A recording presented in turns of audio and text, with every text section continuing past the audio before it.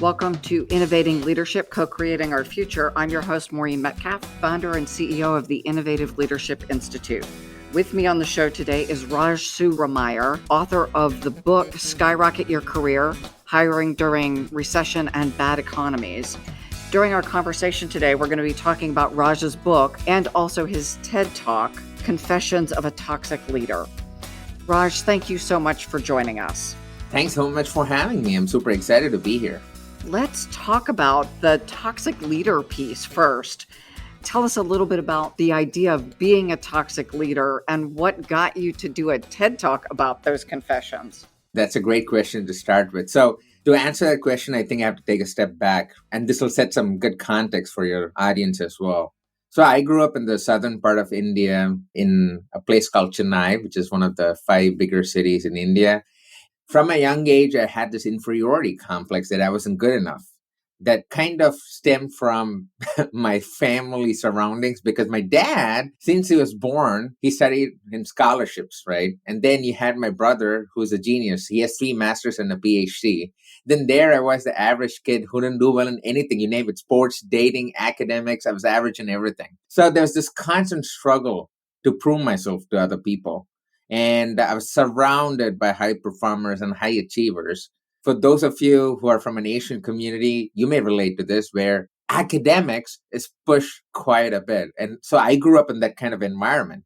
All this constant feeling of not being good enough, not being able to get other people to notice me, made me get into this shell. I felt like an outcast, a shy, introverted kid. And this kind of continued throughout my childhood till the first 20 years. And then I came to a point where I was tired of living such a life. So I made a decision that when I enter the workforce, I'm going to make people respect me. I'm going to make people notice me. I'm going to build all the fame and credibility and then prove to people that they are wrong. The first 10 years of my tech life was about proving people wrong. What that resulted in was that I developed all this fame and credibility. People started noticing me. I was the thought leader in my space, and I had all these awards. I exponentially increased my salary by over 150% in 10 years. So I worked really hard. But then I started feeling isolated and empty. All these past trauma to prove myself to other people, started developing some toxic traits which started getting amplified, and then it became a normal part of who I was. So one part was my childhood trauma and my experience, which I just described. The second part was that I started my tech career in a hierarchical structure, a hierarchical environment. So what I mean by that is in India, where I worked, you do not challenge the status quo and you get reprimanded if you do so. You have a boss and he or she decides your future. I slowly realized that I was in an environment of toxic leaders, and working with them for long periods of time made me act and think like one. I had become a toxic leader even without knowing it. So it's a combination of my childhood experience and my initial experience working in tech in a hierarchical structure, which gave rise to the whole toxic leadership part. And as and when I was leading teams, I started seeing more of it. I thought, you know what? I have to share my personal experience to help other toxic leaders come out of the closet and then own up to their actions and take positive steps towards a good change in terms of leadership. And that's why I gave my TEDx talk as well. You gave some recommendations in your TED Talk about how to overcome it because so many leaders, irrespective of background, everyone has something. And so thank you for sharing yours. Many of us come to leadership with our own baggage. There's something in our history that we know that causes us to believe we're not as good as the next person. And so we're overcoming it. So, what are the steps that you recommended in your TED Talk so that others can learn from your experience? And I'm thinking specifically of this whole imposter syndrome Mhm. and how many leaders are making it up as they go and just kind of hope that nobody else notices. So, one of the biggest problems why toxic leaders do not own up to their actions is because we live in a cancel culture society where we are afraid that if we own up to our actions, we're going to get barred from society. So, the actions of toxic leaders go unabated. And that's why I had to give my talk, because I want to let people know that change is possible. You just have to surround yourself with the right people, have a trusted partner, a therapist, or whoever that could be, where you can talk about what you're going through, what you're feeling. In my case, what happened was, if people watch my TED talk, they would see that I got caught red handed doing something which I was not supposed to do. And then I had to make a decision whether to continue the same way or make a change. Can you tell our listeners what you got caught doing? Because it sounds like you stole something, and that was, in fact, not the case. So I found out another person was going to get promoted to the same level as me. And I was actually leading a team, and then she was going to become a leader. So I was in this frame of mind that how is that possible? I am the best leader possible. How can another person get promoted?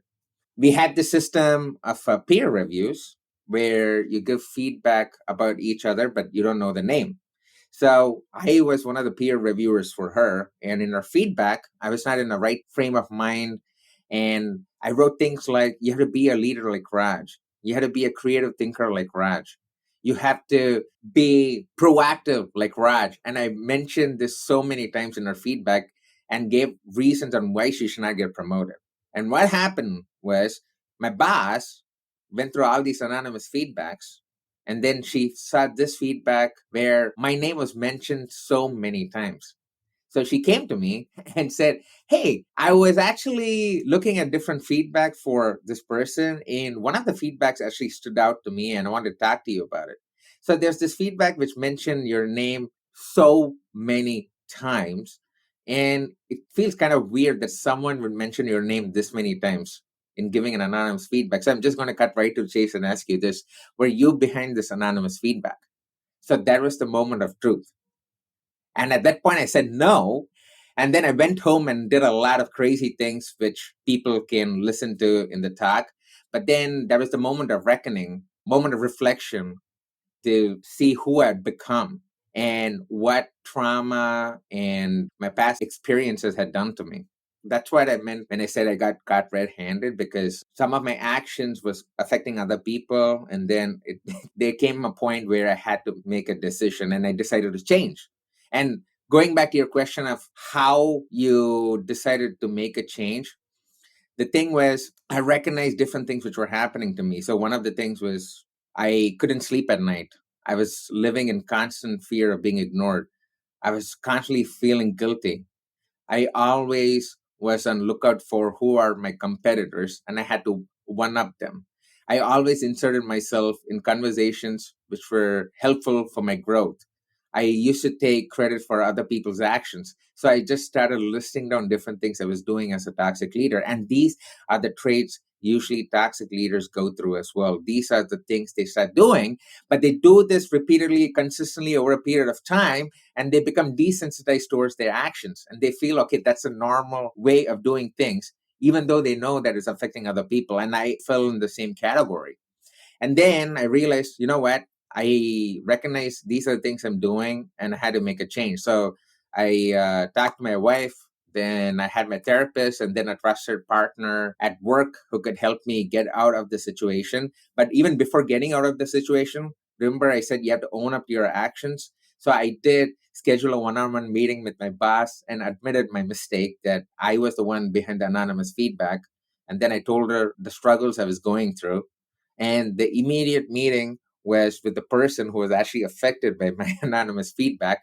And then I said, there's no excuse for my actions, and you can feel free to take any actions. But I thought it was my responsibility to let you know, because I'm decided to change. And this is my first step towards that. And that's how I started changing. And another thing to remember is recognizing the three environments which could make you a toxic leader, right? And that's something which I talk about in my TED talk as well. So you have this environment of insecurity, environments where you feel emotionally numb, then environments of stress. These are the three environments you need to look out for if you really want to make a change. And the thing is, everyone has toxic traits. As humans, you do have toxic traits. It just gets amplified for some people during stressful situations during these three environments. And that's what exactly happened to me. So, my job as a coach, as a leadership coach, and helping people is to make people realize that people are not born toxic. We are all human beings first. And then environments shape who we are. And once you start educating people, start letting them know that you can make a change, then change is possible. So that was kind of the whole summary of what actually happened and why I gave the talk as well. Thank you. I think it's so important as we think about who we are becoming as leaders, who we've been as leaders, that kind of arc of our career. So important, one, to recognize where we started, good person, some insecurity, moved into a place of behaving badly and normalizing it and thinking it was okay, acknowledging not okay. And then you have been highly successful after that. So made the changes. I can imagine the embarrassment because I've had my own.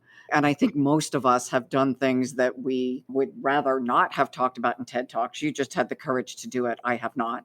So then let's move into your book about career success and talk about how do these two link, moving from toxic leader to writing a book. So there were two separate episodes of my life. So the whole toxic leadership part was an awakening, a time of reckoning. And then I started coaching other leaders through my experiences on how you can get out of toxicity and reduce toxic leadership, not only on an individual level, but even at an organizational level. But then while doing this work, the pandemic hit, and mainly in the United States, on March 2020, we experienced the shutdown and there was a global panic, or at least in the United States, there was a lot of panic because we actually realized late that COVID is real. But anyway, the point is what happened during the month of March in 2020 was a lot of people started reaching out to me via LinkedIn saying, "Hey, I just lost my job. Can you help me? I'm the only breadwinner for my family and I need to survive." And some people approached me saying, they couldn't get the promotions. They were in furlough because of the pandemic. So I had different cases which I was dealing with. And I started helping people for free for a month. And I helped about 45 to 50 people in the month of March alone. And half of them were still able to get jobs in midst of the pandemic and still get the promotions, still get the bonuses. And then I started realizing, wow, so it seems like different things I'm letting people know is actually helping them. But the pandemic is a global thing and millions of people have been laid off and affected. So, what are some ways I could share these strategies to a larger audience? One way I used to do that was via speaking because I speak at a lot of conferences and private events for companies. But when COVID hit, speaking came to a halt. There was no speaking at all. So I had to pivot and then figure out, okay, what other ways I could impact people and let them know about the strategies. And that's when the idea for the book came. And that's why the book title is Skyrocket Your Career. It's about different strategies to help people figure out what their dream career is, and then how do you get to that dream career in terms of your LinkedIn profile updation? How do you create resumes? How do you ace interviews? How do you do salary negotiation? Then once you get a job, how do you be successful in it? And once you're successful in it, how do you set yourself miles apart from the competition? So the entire job life cycle I wanted to cover based on my experience being in the industry now for 17 plus years. That was the story of the book. And so, yeah, there were two separate episodes in my life, but both were pretty impactful for me and other folks I'm helping as well. So I love the idea that you were able to take the first phase of your life and leverage it into the second and into being able to help people. So let's start with the beginning of the book and helping people identify even what is their dream job. How do you help people move from I'm doing something I don't really love or I'm doing something I enjoy but I don't like the organization, all of the permutations that people go through, especially right now when folks are exiting, the economy is changing a little bit. We may not have the option. People have left jobs, became unemployed by choice, and aren't necessarily finding the dream job they had hoped. That's a great question. Before answering that, I think we need to take a step back here because all the things you want to do in life is already in your brain. You just have to unlock it and unravel it one by one. And That's why the first step in identifying your dream career is doing a simple exercise, what I call as the mind dump exercise. It's a really simple exercise, and this is how you do it. Take a paper and pen, okay? And then through the middle of the paper, put a vertical line. On the left column of the paper, write down all the things you love to do, you want to continue doing. And on the right side of the paper, write down all the things you hate to do and you don't want to do anymore. And do this for an hour in an uninterrupted manner, like no Facebooking, no text messaging. When I say uninterrupted, lock yourself in a room and actually do this, because your mind needs some space, and there's a lot of things in your mind, and you once you visualize it, then you can start seeing patterns. So say for example, you did this mind dump exercise, and some of the strengths are the things you want to do are: you're a good listener, you're able to convince people, you're very empathetic, you are a good communicator. So say those are some of the strengths you listed. Then maybe you could be a really good person in sales or marketing because it aligns with those strengths. So this is just a very random example, but the point is, when you do this exercise, you can find different patterns in terms of, okay, what are the different career options which aligns with your strengths, and then focus on the strengths. Don't focus on the weakness, because your weakness is someone else's strengths. There's no use spending all your living life focusing on the weakness when you have so much strengths. So do the mind dump exercise, figure out 3 to 4 career options which aligns with your strengths. Then once you do that, pick the top 3 career options. And then what you're going to do is update your LinkedIn profile, because your LinkedIn is your baby. Literally everything you do needs to be on LinkedIn, because this is how companies recruiting works, right? So they use softwares which actually scans through different keywords on your LinkedIn profile. And if you have the right keywords associated with the jobs you want, then you are going to show up in their search results. And even the information you put on LinkedIn is indexed by Google. So that's why you have to update your LinkedIn profile based on the keywords connected to the job you want. And then you have 3 different resumes, and then you strategize your whole job search. And that's how you start focusing on your dream careers. Because our life is like a human GPS system, right? You say Google Maps, and then without putting the destination address, you cannot say, man, Google Maps is not working. And then you cannot complain that you're not reaching your destination, because you don't have a clear focus on where you want to go. And that's where the mind dump exercise helps. It actually helps to narrow down your focus, and then just be laser focused on the things you actually want to do in life, which aligns with your strengths. Let's then build in the idea of personal branding. So, say I want to be a leadership coach, and assuming I have the training appropriate to do that. Either that, or this is a much longer journey. I say I want to do coaching or social work because you've said I like listening, I like helping people. So, I pick the career, I get the training. Now I'm a trained coach. How do I develop then my personal brand? Because there are hundreds of thousands of people out there doing coaching, and I want to stand out and find an organization where I fit. Personal branding is an ongoing journey. It's not something you work on immediately when you actually identify a career. So it's an ongoing process. So here's a very simple example. You are buying your favorite brand of body wash for the past 8 years. Okay. I use Old Spice, right? And I've been buying Old Spice for 8 years. And why am I buying it? I'm not buying it just for the packaging. I'm not buying it just because of the color, just because of the fragrance, just because of the cost, and just because of the durability where it doesn't crack open if I drop it in my bathtub. But it's about all these facets of that body wash which makes me keep buying it again and again for over 8 years. Our personal brand is the exact same thing. It's not just because you have a degree. It's not just because you're a speaker. It's not just because of your writer. It's not just because you're taking extra courses, but it's about all these things which gets packaged into your personal brand. So that's what we mean by personal brand. But now coming to your question, say you want to start something on your own, you want to become an entrepreneur, you want to go to a different company, say you want to become a coach. So how do you be successful in coaching and build your personal brand? So that's where the 3 main things which comes into picture.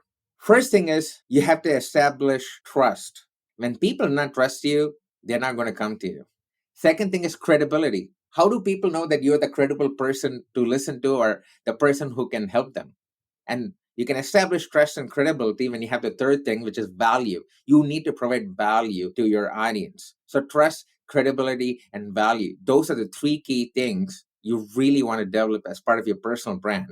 And the way to do that is first start with the value. Say, for example, you want to be a leadership coach, start writing about how you coach people, different leadership topics, start posting on LinkedIn, then start commenting on other people's posts and offer value. When you do that consistently, then people know, okay, this person know what they're talking about.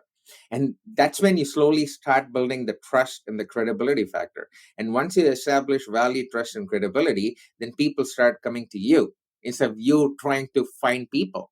And I think that's how any businesses work, any job works. You have to establish value, trust, and credibility. Whether you have a full time job working for another company or whether you're running your own business, these are the three key factors you really need to be considering when you want to shine from other people. And you also mentioned, how do you set yourself apart from the competition? That's where you need to find your niche.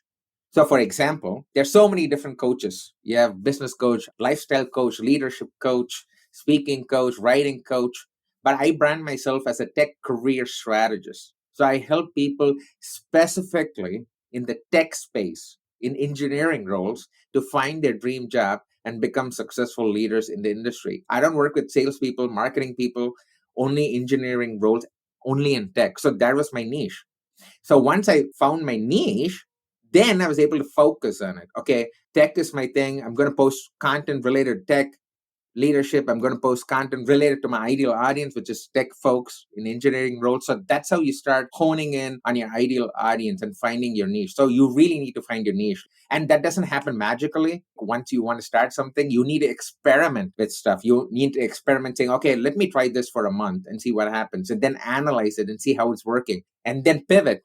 The next month, try a different strategy. And once you start experimenting with things, then you'll finally identify something which gives you joy, which you're passionate about, and which is also your niche. And then once you find your niche, then provide the trust, credibility, and value. And that's how you build your personal brand.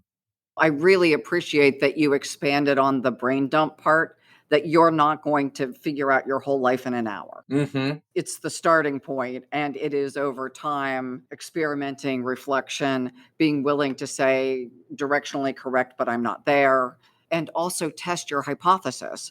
The trust, credibility, and value that you believe you are delivering has to be in demand from the recipients who are either hiring you as a coach or hiring you as an employee. Yeah, that's why it's also really important to know who your ideal audience is. You cannot satisfy every person on earth. That's impossible. And just because someone has millions of followers doesn't mean they're successful compared to people who have only 300 followers. Because maybe those 300 followers are your ideal audience. And the millions of followers, they don't have their ideal audience. So the point is, don't digress from your goals and from your focus. Just because other people are doing it doesn't mean you have to do it. You just have to align everything based on what your strengths are and where you want to go. You have to keep asking yourself that question again and again on a monthly basis or on a quarterly basis, in the sense, okay, what are the different things I'm doing right now? Does it align with my vision and mission? If not, okay, what are the things which do not align with my mission? And then you have to eliminate it. Yeah, even I'm a high performer. I love doing multiple things. And so I also fall into the trap of committing to so many different things. And then after a month, I realized that I have just 500 things to do, and only 10 of them actually aligns with what I actually need to do. And this is a great tidbit even for leaders. When you have so many different things to do, you really need to prioritize, okay, what aligns with your tasks and what aligns with your mission, and then just focus on that. And other things can be delegated to other people. So those are some things you need to constantly be thinking about when you're running your own business or working for other people as well. It's really easy to fall into the trap of I'm good at a lot of stuff or I'm interested in a lot of different areas and think that I can do them all well and that I have enough hours in the day to do the thing that's most important. I know that was one of the traps I've found myself in more than once. And everyone does that. That's part of being human. But the key is to recognize it and then try to take corrective actions. That's pretty much it. Raj, let's now weave in the story of toxic leadership to this component. So there is some interconnection. At the point where you were toxic, Say now you're talking to a listener, or you're talking to me, and I have behaved badly. I've confessed my sins. I've let my boss know that I was, in fact, the one who gave the negative feedback. Assuming I get to continue working there, now I need to change my brand, not only change my behavior. Let's assume that that has happened and I've now found the light and I'm no longer doing those things. Hmm. Especially in the coaching space, I've worked with a lot of people who change their behavior, but without also changing their personal brand or the perception of them. They have not rebuilt the trust. They have not rebuilt the perception of competence and value and collaboration. How do you help someone who has made the changes, but that's not enough? They need to also change the perception that connects with personal brand. I believe you should let your actions drive other people's thoughts and judgment. That's where it starts. You can just say, man, I'm not toxic anymore. I'm not toxic anymore. But unless you actually show it in actions, people are not going to believe you. So, personally, at least for me, that's how change actually started. It started with, how can I make my actions reflect the new Raj? That's when I got into this whole psychological safety and other things which are important to the workplace. And for those of you who are not familiar with psychological safety, on a high level, it's basically creating an environment where people are free to challenge the status quo without fear of being judged. And they're free to exchange ideas without fear of facing any repercussions because of it, right? So that's kind of an environment which we want to build at companies or at workplaces. So I realized that if I help to build psychologically safe work environments and then act in a way that would let people know that I'm changed, that could be a great start. And that's where I started from. So I did a lot of research on how to build environments with psychological safety. I started talking to other people who have already gone through similar kind of experiences, started doing a lot of reading, taking a lot of courses, and then I started leading with empathy and also started empowering other people. Before, I used to take ownership of everything and take credit for it. That was one of the biggest things I wanted to change. So I started believing in the power of empowerment. And this is what I term as empowerment leadership. And that's the thing I follow, which is you identify a person, develop the person, set goals, develop the person, motivate the person, and then sit back and then let the person do the work. And he or she will reach out to you when there are problems and have frequent check-ins like one-on-ones and stuff to make sure everything is going according to plan.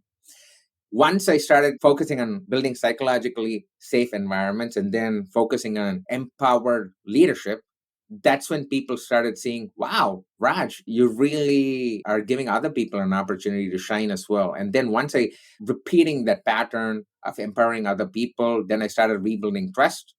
And then my boss, after a year, told me during my performance review, she visually saw different changes and she could pinpoint exactly what are the different things I did to prove to her that I actually made a change. So that was good. But the point is, for anyone struggling with their identity as a leader or, struggling with toxic traits, start small. Start with small actions which can help to rebuild that trust.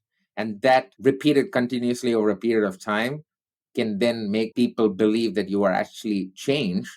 And that's how you build a workplace which can foster innovation and people feel safe and inclusive as well. So something I heard is, okay, I acknowledge I behaved in a way that I wish I hadn't. So I own it. I studied, I learned, I changed, and then it took a year before people started to trust that the change is true.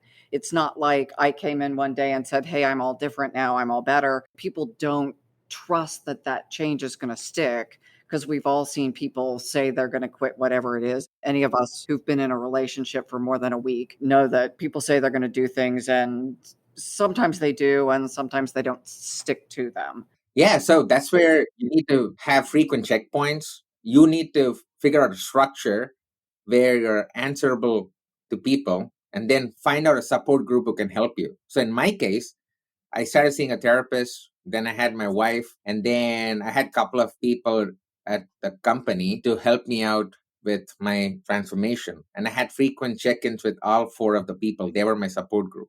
So that really helps give you a taste of reality from time to time. Otherwise, yes, as you said, you can continue doing the same thing, thinking that's the right thing to do. And then after a year, you figure out there's no change which has happened.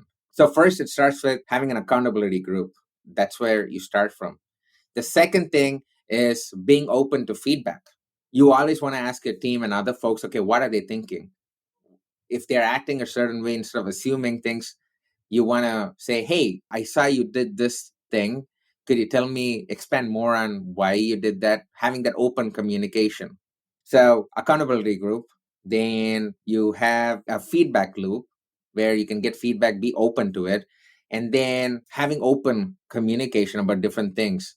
Say you're working at a company, you need to have frequent meetings like all hands meetings and team meetings where you let people know about things which are coming in terms of company goals and vision, changes in the company before they get to hear from someone else. When they hear it from you, that actually helps to build trust. When they hear the news from someone else, then they lose trust in the leader. So that is something which I started doing as well in terms of open communication and town hall meetings as well. Talk about feedback. There are two types of feedback. You have proactive feedback, then you have reactive feedback. Reactive feedback is when someone does something and then you react to it and give feedback. But then I started following a proactive feedback approach. So whenever I was in meetings or in conversations, then I would take one or two people aside in a one-on-one basis and ask them, hey, how did I do? Was there anything I could improve on? Is there anything I could do better in the future? So those were some mechanisms which I put in place for myself to make sure I'm progressing in the right way. And then when you do that consistently over a period of time, then you start seeing changes in your behavior. You start seeing changes in the behavior of other people around you. They start trusting you. They give you words of wisdom, like they give you positive reinforcement, and that really encourages you to keep pursuing that path which you had set out to do in the first place. So that's how transformation happened. And so, in summary, you need to set different checkpoints and be answerable to people. If you're not answering to people about your progress, then yeah, no one knows whether you're doing the right thing or the wrong thing. Well, and it sounds like most importantly, you don't know because if you've made the decision to change, that's your intention.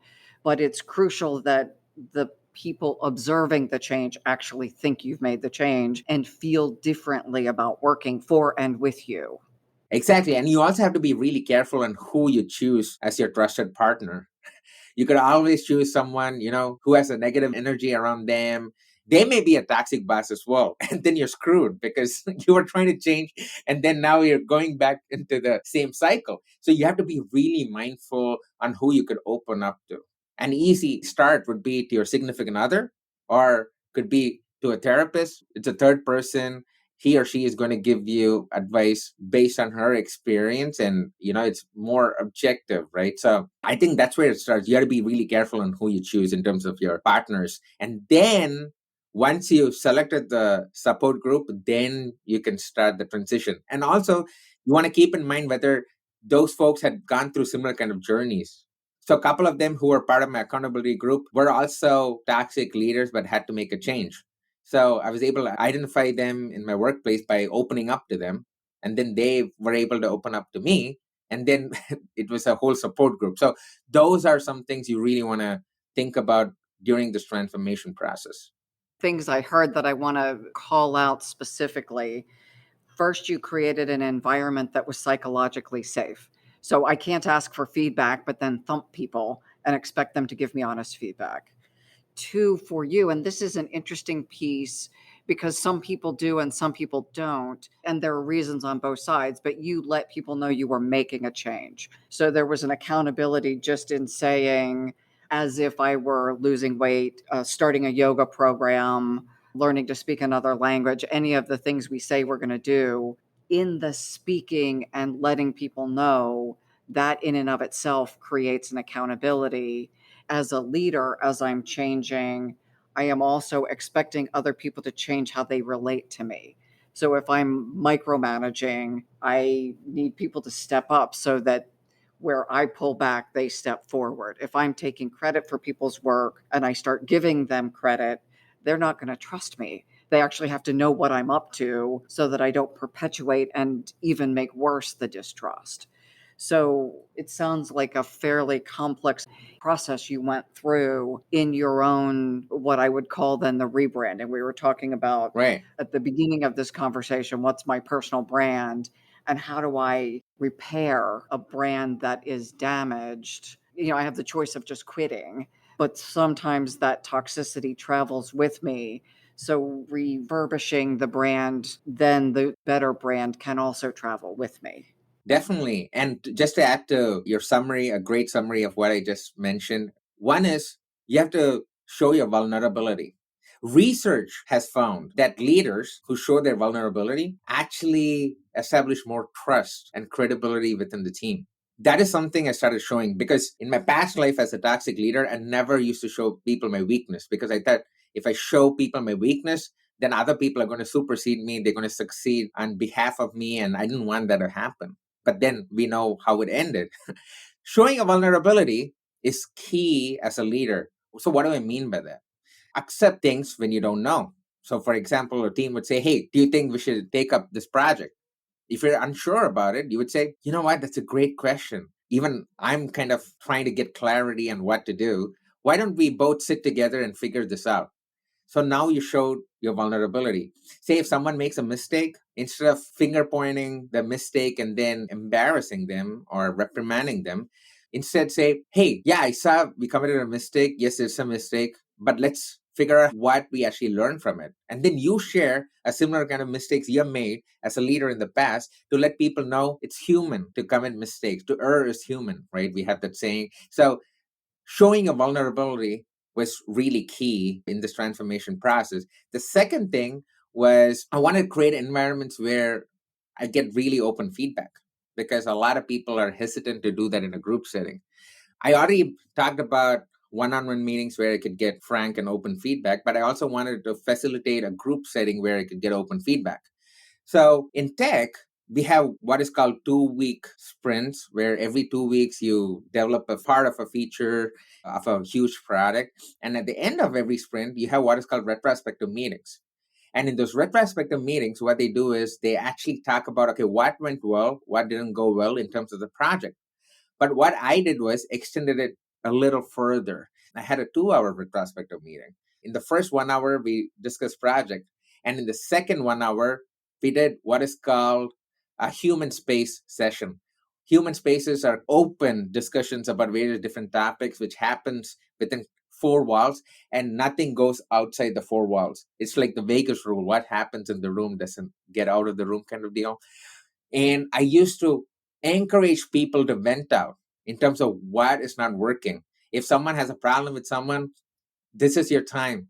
Openly, let's put your problems on the table and let's solve that as a team. And during that process, there may be some things which come up regarding me, and I have an opportunity to address that or make a change. So having that environment of open communication without fear of being judged, which again goes back to this whole psychological safety concept, really really helps to get open and honest feedback, because I hate it when people have all these feedback about you, but you don't know it until the end of the year during your annual performance reviews, and then get dinged for it.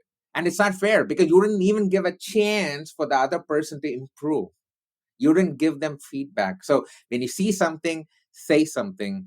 As a leader, apart from building vulnerability or showing your vulnerability, you need to figure out, okay, how can I create environments where we can encourage open conversation, open communication? And this is one way I did that, where I had open human space meeting within four walls within the team. And then I did fun events where I used to host what is called potlucks.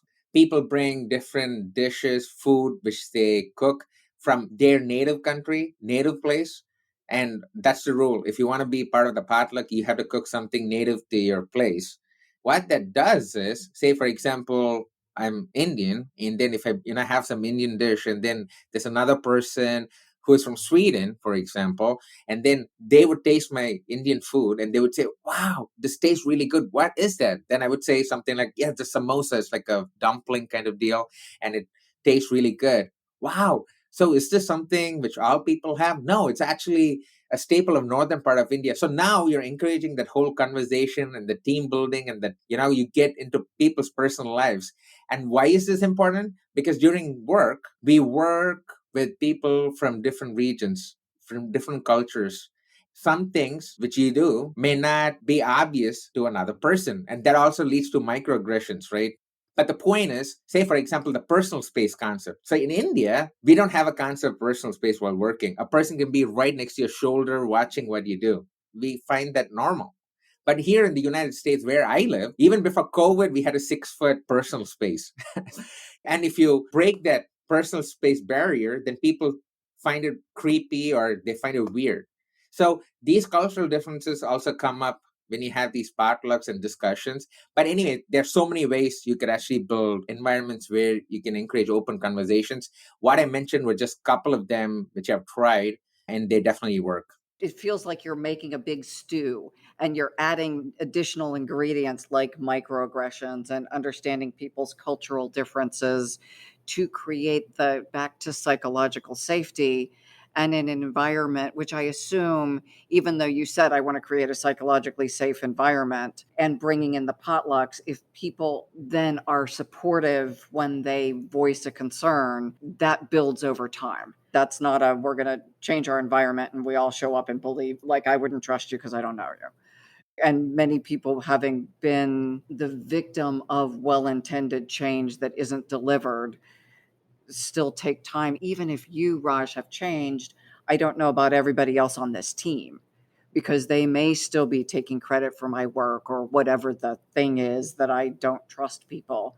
So it sounds like, again, you have changed the organizational culture, you've changed the processes, you've changed your behavior, and then you've allowed time for people to grow into back to your value and trust and competence and the ongoing feedback. If you see people who are not behaving in a way that's consistent, it comes back up in the next meeting at the end of the next sprint Exactly. based on the structural meetings you've established. I tell people that me being a toxic leader and getting caught was a good thing which actually happened to me, because it forced me to rethink my life, my leadership style, and then got me into this whole space of psychological safety, looking out for the team, increasing team morale, increasing retention. It took me to a whole new domain, which would have not have happened if I decided not to change. So I'm glad that I had to hit rock bottom to make this transformation, but it really opened up my mind to different things which makes things possible at workplaces and corporate environment, and brought me into this whole topic of diversity and inclusion. For example, me being a person of color, I'm married to a Caucasian, German, Irish woman. I have a mocha baby. My company's name is Chai Latte Consulting. Chai for brown and latte for white. So everything has been intentional. All those things would never have happened if that one thing didn't happen where I got caught red-handed of being a toxic leader. Even my last name, for example, before recording, we were, practicing pronouncing my last name, Subrameyer. Yes, it's a different name, like an interesting name, which people usually do not have. And it's interesting because my actual name was actually Subramanian, which is like the John Smith of South India. Every second person has Subramanian. And then my wife is German. Her name is Wiesmeyer. So we decided to combine Subramanian with Wiesmeyer to make Subrameyer so that we can form our own legacy. So diversity and inclusion is not something which I just talk about. I really want to implement in my life as well. And it was a chain reaction. That one incident literally changed the next 8 to 10 years of my life. And that's why I tell people it's okay if you hit rock bottom. But something to realize is, what are you going to do about it? Are you going to make a change? Or are you going to stay in the same boat, which is sinking, which that as well, but do you really want to make a change? So I think everyone usually gets these two choices, and everyone hits rock bottom at some point in their lives. It's about the decision they make, whether to make that positive change or not. So I love that the idea of skyrocketing your career integrates the story of reforming your career. For new people, they're not yet reforming because they haven't done anything wrong. But for many of us, as we're on this journey, we have big, I hit rock bottom, or little, I tripped over a curb and broke my nose kind of wake up calls. And we can wake up after the trip, or we can wake up after the catastrophic incident. And we get to continue to make those choices proactively and reactively. So, hearing your story, I think, will inform many people as they're thinking about, okay, I'm at a plateau or I'm at a dip. Now, how do I rethink who am I in this context? And how do I then reform? And in the process of reforming, I rebrand. Now let's go back to the book. I've decided what I want to do next. I've branded or rebranded. Now what do I do? Throughout the book, I talk about real life experiences I went through. And there's so many crazy stories, like how I applied for 1,293 jobs and got only one job out of it. Then how I swiped $3,000 of money using my credit card when I didn't have money to get rid of my fear of public speaking. So I put all these stories in the book, and then I put actionable strategies on how I made the transformation. And I think that's what makes a book impactful, right? Because one thing which was missing from a lot of books which I've read is they always talk about success stories. They don't talk about the experiences and how it ties into the strategies. And that's the gap I really wanted to fill. Yes, 99 pages of different strategies combined with my real life experiences on what I did, how I failed, how I made the transformation in each and every aspect.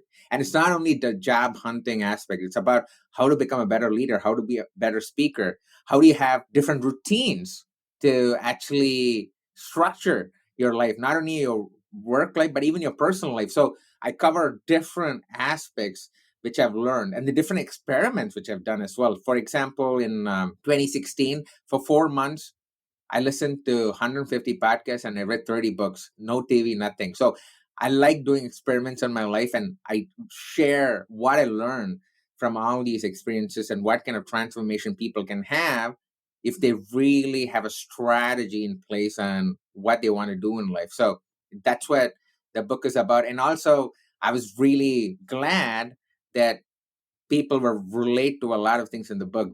So let's go into routines, because some of the tactics we've heard before, but you bring together some that we also haven't heard.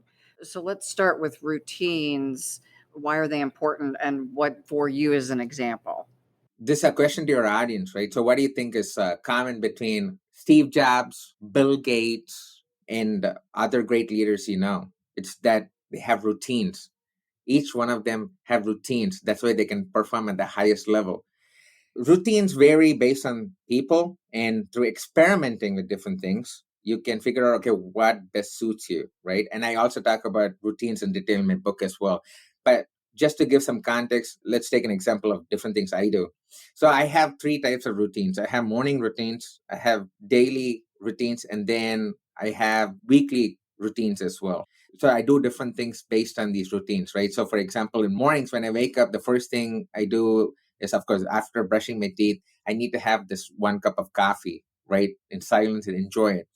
Then I do meditation for 10 minutes. And then I do a mind dump of all the things in my head, which are going through my head in terms of things I want to do, things which are giving me anxiety. So I write down all those things.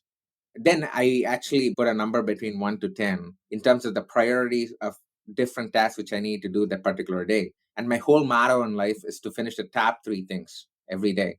And for the top three things, which has a number 1, 2, 3, I would block 1 hour time blocks on that particular day to actually focus on those tasks. So, say, for example, I need to finish a blog post for an entrepreneur, or and then I have to give a talk, then I have to prepare slides for an upcoming talk. Then I would actually put 1 hour blocks during the day to focus on these critical tasks. And then at the end of the day, before I close my laptop, I try to see, okay, what tasks I've already accomplished. And those which I didn't accomplish gets carried over to the next day's to-do list. And that's kind of the whole weekday routine and my morning routines, right? But in terms of the weekend routines, what I do is I have a 30-minute time block, usually on a Saturday or Sunday. Now I have a toddler, so my time is based on when I'm free, but I always do it. What I do is I look at my schedule for the next 2 weeks. What are the important meetings which are coming up which I need to prepare for? What are the important deadlines? which I need to be mindful of. And then I already start proactively putting time blocks throughout the week to focus on the upcoming tasks. That way, when you start your week on a Monday, you don't feel anxious or stressed because you're already well prepared for what is coming. You know exactly what's coming. You know what you're going to do in that particular meeting. You know what you're going to do in that performance interview which you're going to go for. So you already are well prepared. In this way, you can reduce anxiety, stress, depression, because I suffer through anxiety, stress, and depression, right? And routines and mindfulness really helped me to get back on track. And these are some of the routines which I've been following for 4 or 5 years, and it's helped me perform at a really high level. So for example, just in 2021 alone, I gave 2 TEDx talks. I was on 75 podcasts as a guest. And then I wrote 25 articles for different publications. And then I worked with 20 one-on-one clients. I did 2 group coaching programs. And then I started working on my fitness. I had fitness goals, and I did all those things I was able to achieve while having a toddler and then doing a full-time business and having family time as well. So how are you able to do that? That's because you have routines. And this is what the leaders you see in media do. They have routines and they stick to it, and they treat their time as their baby. And they're very mindful on what they do, how they do it, and where they spend their mind, their mental effort on. It's interesting that you mentioned this, and maybe this is why I highlighted this specific topic. Especially during the pandemic, we got militant about routines. What do we eat? Where do we shop? Yoga, working out. Our whole lives were tightly managed so that we could accomplish the things. I wrote a book during the pandemic, still continued client work. Like everybody else, the demands on our time became much tighter in some ways. So, having really healthy routines meant I wasn't running to the refrigerator with the 5 minutes between meetings and seeing that there was nothing healthy to eat. So, not just the business routines, but the life routines that allow me to show up and be fully present at work when I'm here and not wondering the car's not repaired, there's a leak in the basement, all the stuff of life that interferes. Finding a way to manage as proactively as possible all of that stuff allows me then, as a leader, when I'm present with a client, to be fully here, not half of my brain focused on that other set of stuff that's undone or pulling at me that there's got something I have to go run out of here in 5 minutes to building on fire type thing to deal with. Yeah, and just to add to what you were saying, a couple of things to mention is I do this meeting with my wife. So we both have shared calendars. Hmm. We actually schedule everything and make sure who's going to pick up the kid. And so it's good that you mentioned this not only for work, but this also for personal life as well. That is something to think about. Raj, as we wrap up, what do you want our listeners to take away? You mentioned 3 things to do on a day. So give us your top 3 that you want listeners to absolutely take away from your podcast. I would say that you can always be an effective leader, and it's not too late to make a change. Number one. Number two is to empower people if you want the best out of them and best out of you as well. And number three, have routines and be really mindful about what you do and whether it aligns with your mission.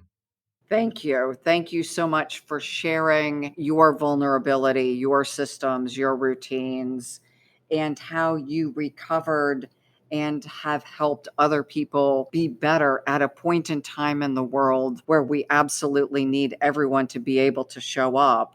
And for everyone who's facing anxiety and depression, which is most of the people we know right now, that the vulnerability even of acknowledging that and that it's okay and we're going to get through this together is incredibly important. We really are traveling these paths that may appear separate, but they're so intertwined, and your success builds on everybody else's and vice versa. Thanks for having me, and I appreciate you giving me an opportunity to share my story, and hopefully it inspired other people to make a change and do great things in life. Beautiful. Thank you. And do you have a place where people would contact you? I understand you can buy the book on Amazon and Barnes and Noble and the places we all buy books. Where else would they reach you? So all my life's work is on my personal website, which is rajsubra.com, rajsubra.com. There you'll find videos of how I help people, all my content which I write in different things related to what I do. I also live pretty much on LinkedIn 24/7. So make sure you follow me there and connect with me there because I post content on all these topics which we just discuss on a daily basis, and you will learn things, and you could also connect with me, and I would love to make new friends. So those are the two best ways to connect with me. And of course, for my book website, it's called skyrocketyourcareerbook.com. And there people can download the first chapter for free to make sure the book is really going to be helpful for them. So those are the ways you can reach me and support me as well. Thank you so much. We will put all of that in the show notes. And to our listeners, thank you so much for engaging with us. We trust that Raj's conversation will be valuable to you. Please continue listening, like us, share us, and listen again in the future.